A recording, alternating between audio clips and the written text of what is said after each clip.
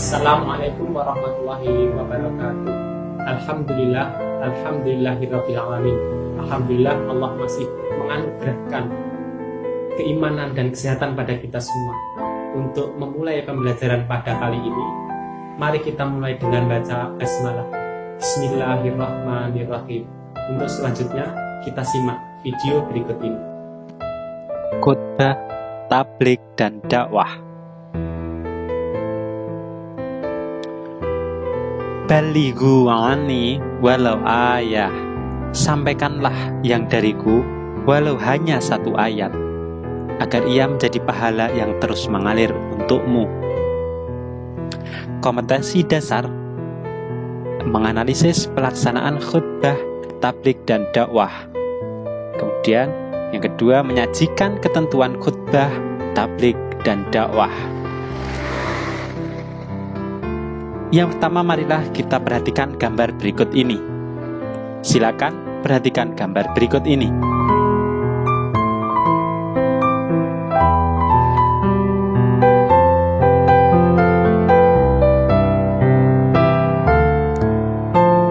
Apa yang kalian lihat?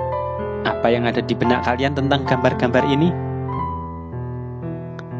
Ini ada kaitannya dengan materi yang kita bahas pada kesempatan kali ini. Materi yang kita bahas pada kesempatan kali ini adalah khutbah, tabligh, dan dakwah. Antara khutbah, tabligh, dan dakwah adalah menyeru orang lain untuk taat kepada Allah SWT. Cara-cara dakwah salah satunya adalah tabligh. Cara dakwah yang lain contohnya membimbing, mengajak secara persuasif, melatih, memberi teladan, dan lain-lain. Sedangkan ini lingkaran dakwah ini yang paling besar ini. Kemudian tabligh itu ada di dalamnya, ada di dalam dakwah itu sendiri. Tabligh adalah menyampaikan di depan khalayak tentang keislaman. Salah satu bentuk tabligh adalah khutbah. Jadi ada banyak macam dalam berdakwah, salah satunya adalah tabligh. Dan salah satu bentuk tabligh adalah khutbah. Jadi khutbah merupakan bagian dari tabligh. Khutbah skupnya paling kecil. Untuk melaksanakan khutbah ada tata cara tertentu yang harus dilakukan atau ada rukunnya. Kalau tidak dilaksanakan maka khutbah bisa saja tidak sah. Dan tabligh adalah bagian dari dakwah.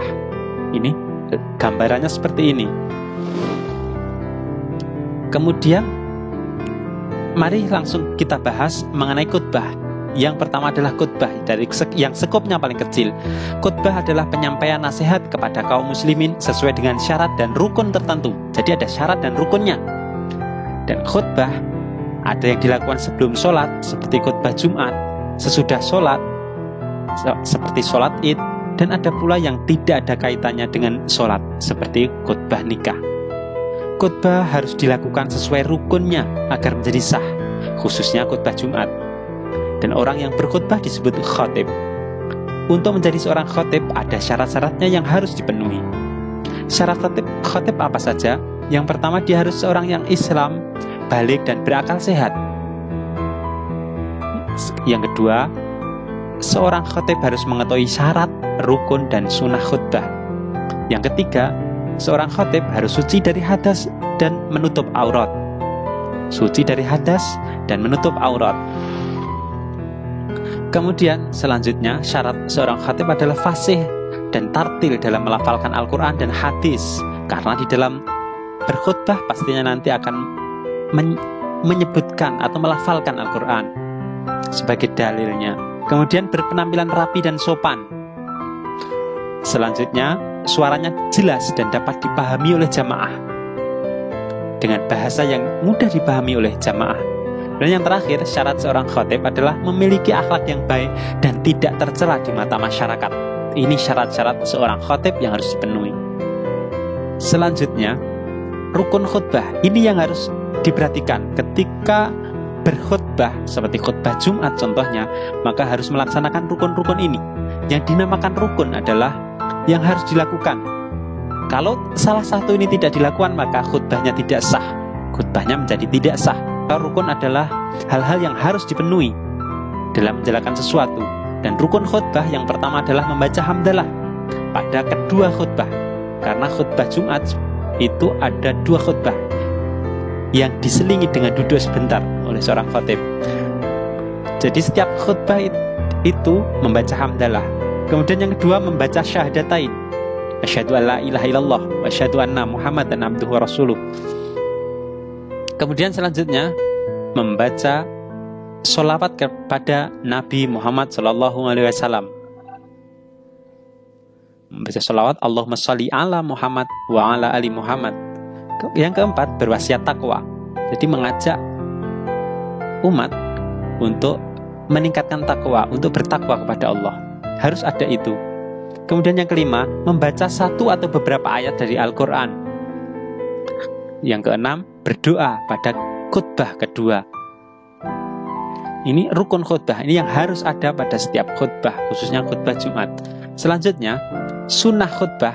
Kalau sunnah tidak harus ada, akan tapi ketika ditambahkan maka akan menambah kesempurnaan khutbah itu sendiri. Yang pertama, khatib memberi salam di awal khutbah dan menghadap ke jamaah.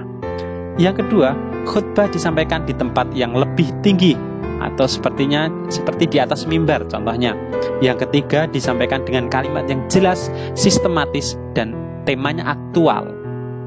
Tema yang aktual adalah yang sesuai dengan kondisi yang saat ini, yang terjadi yang sekarang. Aktual itu namanya. Yang keempat, khutbah hendaknya tidak terlalu panjang. Yang kelima, khatib membaca Quran surat Al-Ikhlas saat duduk di antara 2 khutbah. Ini salah satu sunnah. Jadi ketika khatib selesai khutbah pertama, maka itu ada duduk sebentar, itu membaca surat Al-Ikhlas bagi khatib di antara 2 khutbah itu. Itu salah satu sunnah.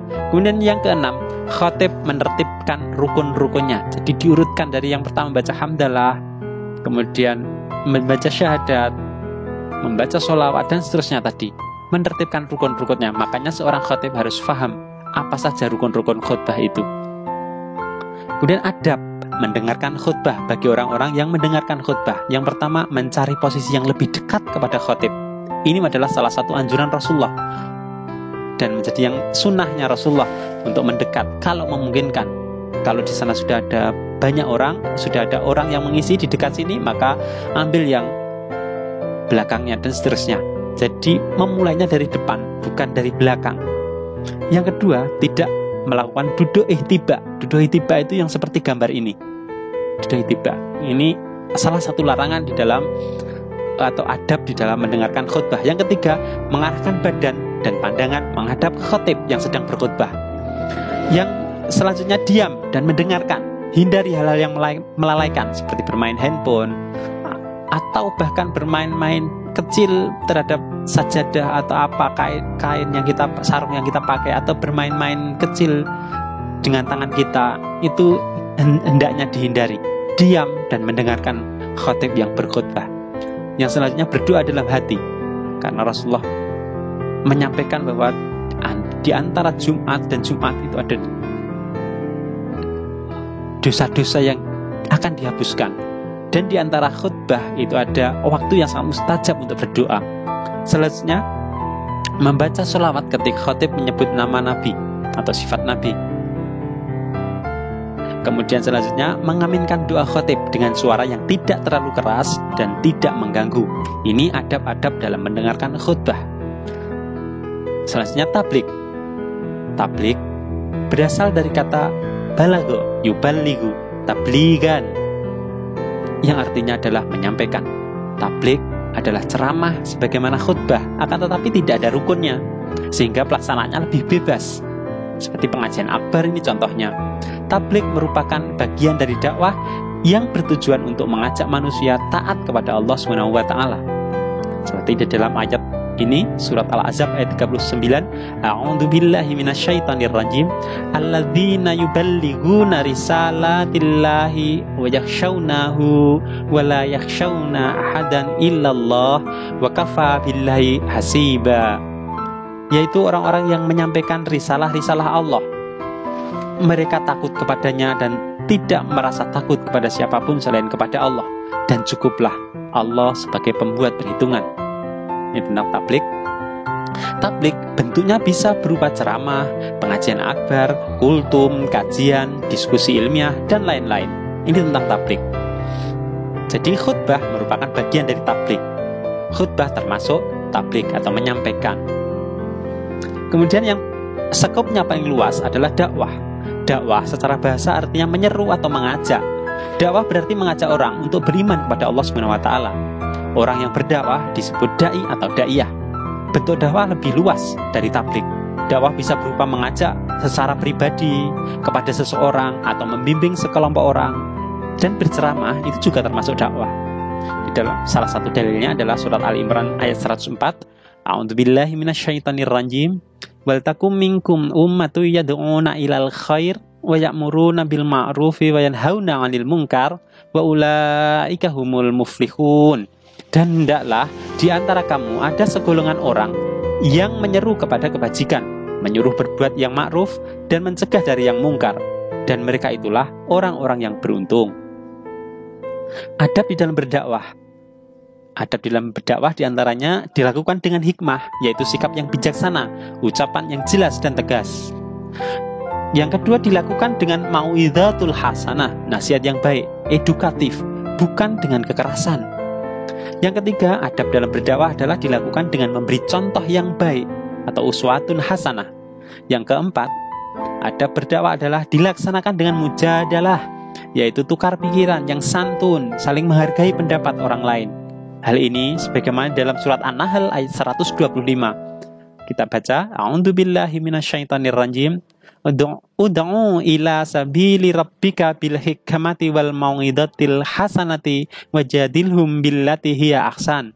Inna rabbaka huwa a'lamu biman dhalla an sabilihi wa huwa a'lamu bil muhtadin. Serulah manusia kepada jalan Tuhanmu dengan hikmah dan pengajaran yang baik, dan berdebatlah dengan mereka dengan cara yang baik. Sesungguhnya Tuhanmu, dialah yang lebih mengetahui siapa yang sesat dari jalannya, dan dialah yang lebih mengetahui siapa yang mendapat petunjuk.